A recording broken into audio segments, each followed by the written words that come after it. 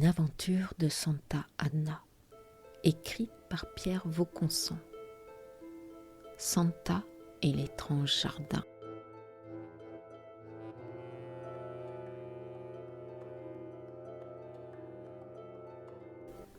Chapitre 4, où quelques pièces du puzzle réapparaissent, sans toutefois permettre de se faire une idée de l'image complète. Nous sommes à J+2 et rien de décisif n'est venu faire progresser l'enquête, sauf peut-être les propos d'Yves de l'Étang, qui m'ont ouvert les yeux sur un monde dont j'ignore tout et que j'avais tendance à imaginer idyllique. J'ai convoqué une réunion de groupe d'enquête dans mon bureau. Ils entrent un par un. Poiret, Lemoine, Perrier, Garcia. Salutations, café, croissant, chacun prend un siège. C'est Lemoine qui s'y colle le premier.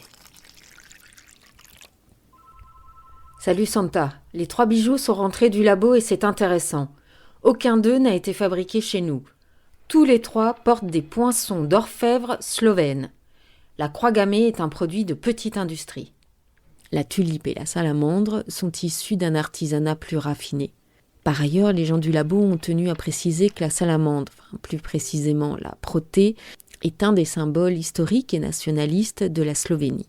Ajoute à cela que les fringues de notre bonhomme portaient sur la poche intérieure la marque d'un confectionneur slovène, lui aussi, et qui fabrique aussi pour des marques françaises, ça ne laisse plus beaucoup de doutes sur son pays d'origine.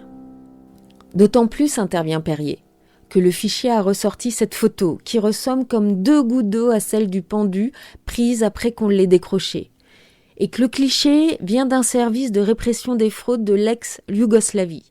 Et vous, Garcia, vous avez quelque chose à ajouter ? Oui, Santa. J'ai tenté de comprendre le jargon marketing des dossiers que nous a fait remettre un certain de l'Étang.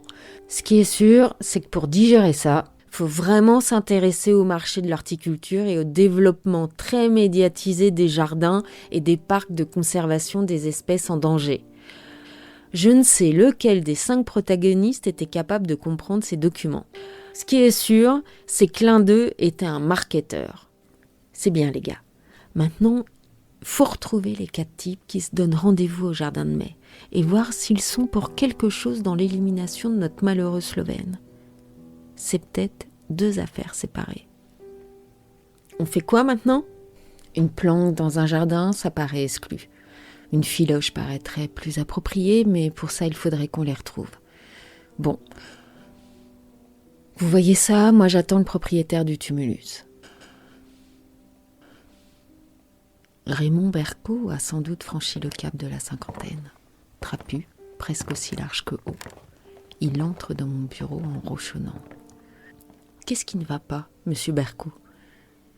Il paraît que vous voulez me reprendre mon prêt. Mais non, je voudrais seulement que vous m'y accompagniez et m'ouvriez la porte du tumulus. Si c'est que ça, on peut y aller tout de suite.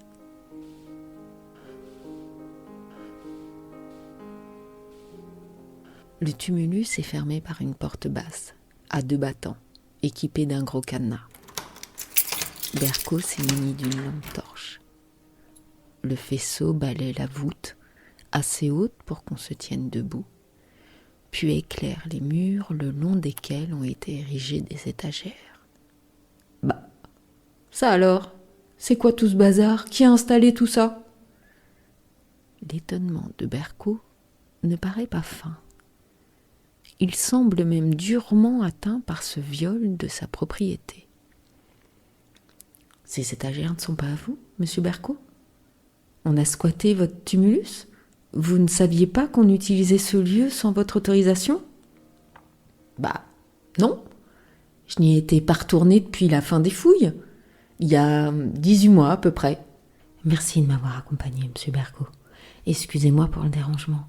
Je vais devoir garder la clé et mettre des scellés. J'aurai sûrement besoin de vous dans les jours qui viennent. Bon retour. Une voiture vous attend à l'entrée de votre pré. Demeuré seul sous la voûte, je constate qu'il ne reste rien du cairn, c'est-à-dire du caveau lui-même, où reposait le défunt, assez célèbre, pour qu'on l'inhume dans un tel tombeau.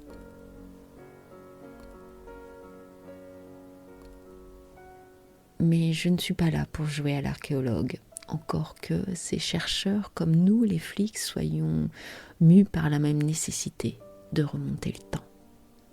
Pourtant, aujourd'hui, c'est une présence qui sollicite ma curiosité. La présence sur les étagères de plusieurs dizaines de sachets, manifestement rangés par catégorie, tous blancs, tous fermés par un carton posé en cavalier et agrafé, tous nantis d'un numéro suivi d'une lettre.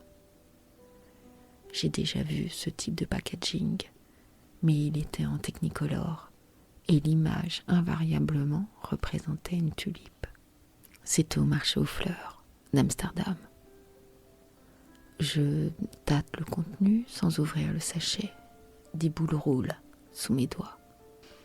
Je décide de revenir avec de l'étang, dont les intuitions semblent se confirmer.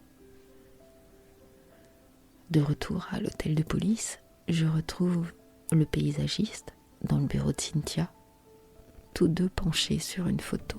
« Salut Santa !» C'est à peine croyable. Yves connaît le type sur la photo. Le pendu ? Oui, enfin, non, mais son frère. C'est quoi cette histoire de frère, monsieur de l'étang ?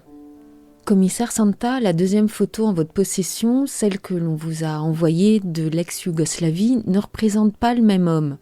Ce n'est pas le malheureux supplicié du jardin de mai. C'est son frère, que j'ai rencontré 2 ou 3 fois dans des colloques sur l'horticulture d'ornement, une sommité dans son domaine. Il est l'auteur de plusieurs ouvrages qui font autorité. La dernière fois que nous nous sommes croisés, c'était à la fac d'horticulture de Laval. Et... Qu'est-ce qui vous permet d'être aussi sûr de vous, inspecteur de l'étang ? Le son acerbe de la question ne peut échapper au paysagiste, mais il passe outre. La cicatrice qui traverse la joue droite de la tempe au menton sur la photo de l'homme lynché chez moi, et pas sur l'autre tirage. Je croise le regard de Cynthia, qui incline la tête pour marquer son approbation, puis qui précise. J'ai vérifié, Santa. Le légiste avait signalé la balafre dans son rapport. Très bien. Dites-moi, monsieur de l'étang, vous qui avez toujours une longueur d'avance sur nous, vous pouvez sans doute nous raconter l'histoire de cette cicatrice, des chemins divergents empruntés par les 2 frères, le good boy et le bad boy, et accessoirement nous révéler le nom de votre ami horticulteur slovène. Santa, vous devriez cesser votre persiflage totalement injustifié et discourtois. Yves de l'étang ne cherche qu'à nous aider. Ok, Cynthia, vous avez raison. Veuillez m'excuser de l'étang. Je vous écoute. Santa, vous permettez que, comme tout le monde, je vous appelle Santa. Bon, qui ne dit mot consent. Ok, donc Santa. Je connais Émir Dragan, le spécialiste de l'horticulture d'ornement, et je connais aussi l'histoire de la cicatrice. Il me l'avait raconté dans un bistrot de Laval, où on s'était retrouvés après un colloque. Un jour, Émir a poussé son frère, qui est passé au travers de la vitre d'une serre du jardin familial, et s'est ouvert la joue comme le montre le cliché, pris par vos inspecteurs. Depuis ce jour, les 2 frères qui déjà ne pouvaient se supporter se sont éloignés. Hans a dérivé vers la mouvance néo-nazie et ses connexions avec les mafias albanaises et bosniaques, et a immigré en Europe de l'Ouest. Émir l'a perdu de vue et se doutait qu'il était sur la mauvaise pente. Lui-même est en France en ce moment. Si vous voulez le prévenir, j'ai son numéro de portable. Ok, de l'étang. On l'appelle et si c'est possible, on le rencontre ensemble. J'ai besoin que ce Dragan et vous m'expliquiez comment fonctionnent les circuits de votre activité.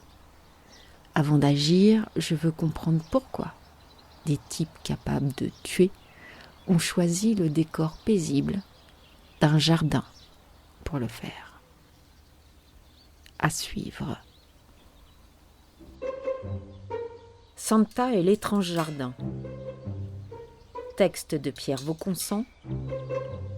Lu par Nathalie Talbom. Production Theta Presse.